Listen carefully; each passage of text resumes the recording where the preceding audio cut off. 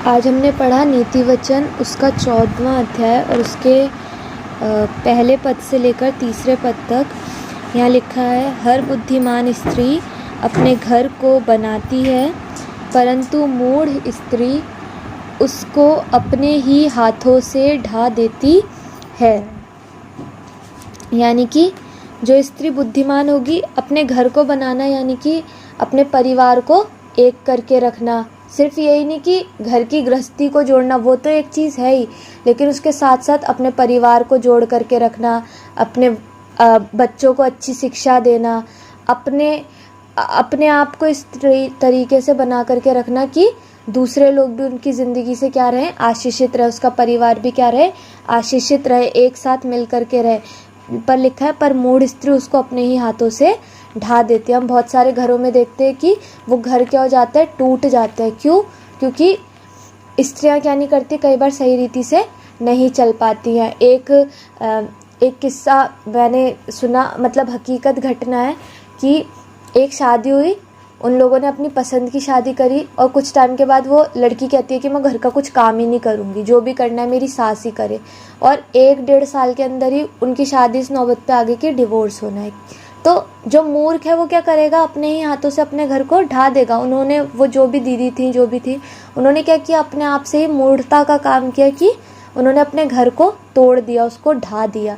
घर सिर्फ 4 दीवारों को ही नहीं कहेंगे, उसमें रहता है जब इंसान, तब वो क्या बनता है, घर बनता है। जब लोग एक साथ रह करके, एक साथ मिलजुल के रहते हैं, प्यार से रहते हैं, खुदा का खौफ उनकी ज़िंदगियों में बना रहता है, खुदा उनकी प्रायोरिटी होता है, खुदा उस घर को चलाता है। तो जो बुद्धिमान स्त्री होगी, बुद्धिमान वही होगी जो किसका, यहोवा का भय रखेगी अपनी ज़िंदगी में। और जो इंसान यहोवा का भय रखेगा वो अपने लोगों को भी क्या रखेगा, उसी रीति से रखेगा, जोड़ करके अपने अच्छी शिक्षा को ही देगा। और अच्छी शिक्षा प्यार से रहेगा, है ना। परमेश्वर का वचन बार बार यही सिखाता है, आपस में प्यार से रहो, एकता के साथ रहो। तो बुद्धिमान स्त्री क्या रहेगी, एकता के साथ बने रहेगी और संसारिक रीति पर भी अपनी गृहस्थी को भी बनाएगी, संसार की चीज़ें भी, और साथ ही साथ क्या करेगी, आत्मिक रीति पर भी अपने परिवार को उठाने वाली होगी, है ना। फिर लिखा है दूसरे आयत में, जो सिधाई से चलता वो यहोवा का भय मानने वाला है, परंतु जो टेढ़ी चाल चलता वो उसको तुच्छ जानने वाला ठहरता है ना। अगर हम कोई भी चीज़ कर रहे हैं, हम उसको सिधाई के साथ करें। ये नहीं कि हम घुमा फिरा के, बहुत सारे लोगों की आदत होती है, क्या करते हैं, घुमा फिरा के बात को करते हैं। और वो वचन बता रहे कि जो टेढ़ी चाल चलता है, टेढ़ी मेढ़ी, जिसका रास्ता क्या नहीं है, कोई पता नहीं है कि वो कब क्या कर जाएगा, कब वो किसी को धोखा दे देगा, कब वो झूठ बोल देगा, कब वो बुराई कर जाएगा। वो क्या कर रहा है, वो यहोवा को क्या ठहरा रहा है, तुच्छ जानने वाला ठहर रहा है कि यहोवा को कुछ समझ नहीं रहा अपनी ज़िंदगी में, है ना। लेकिन परमेश्वर को हमें अपनी ज़िंदगी में क्या देना है, महत्व देना है। परमेश्वर का भय हमारी ज़िंदगियों में बना रहना ही चाहिए।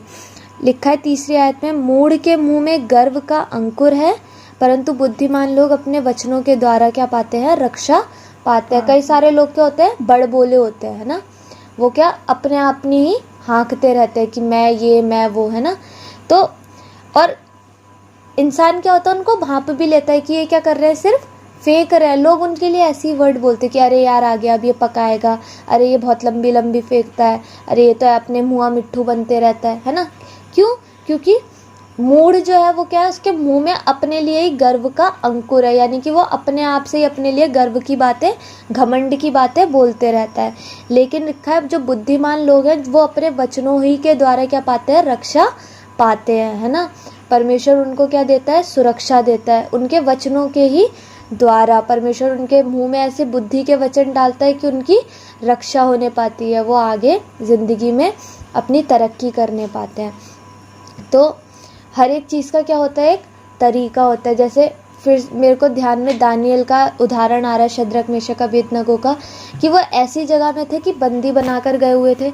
अब उनको वहाँ से जो मिल रहा होता उनको वही खाना था, लेकिन उन्होंने क्या किया, उनके मुंह में परमेश्वर ने ऐसे वचन दिए। वो बुद्धिमान थे क्योंकि यहोवा का भय अपनी ज़िंदगी में रखते थे। तो उन्होंने क्या बोला, इतने सॉफ्टली होकर के कि तू हमें 10 दिन साग पात खिला के देख ले, फिर तू हमें जांच ले, है ना। एक तरीका बोलने का परमेश्वर ने उनको दिया है ना।